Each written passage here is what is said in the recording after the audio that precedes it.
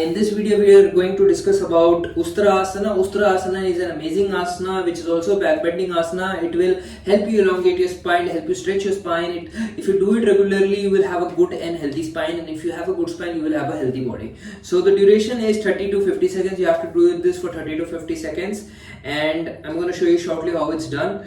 And if you have slip disc or if you have a back injury of any kind, you should avoid this. Again, consulting a good healthcare professional or yoga professional is a good advice if you want to have a personalized experience.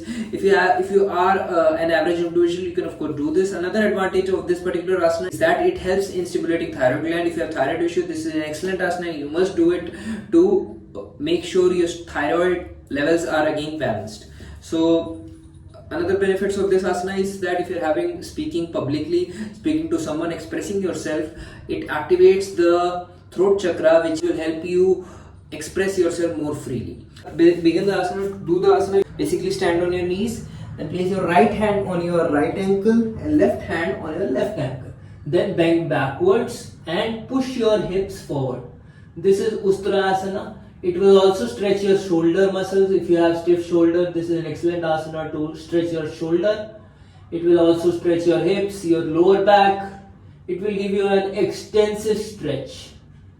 Stay there for 50 to 60 seconds. Breathe. For people who are unable to take both hands, they can touch one hand and make a Gyan Mudra with the other hand and look towards that hand.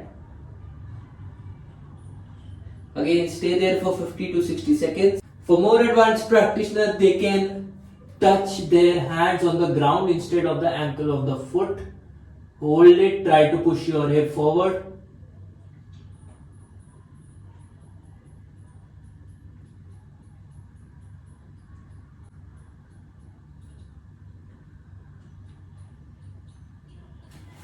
Inhale and come back.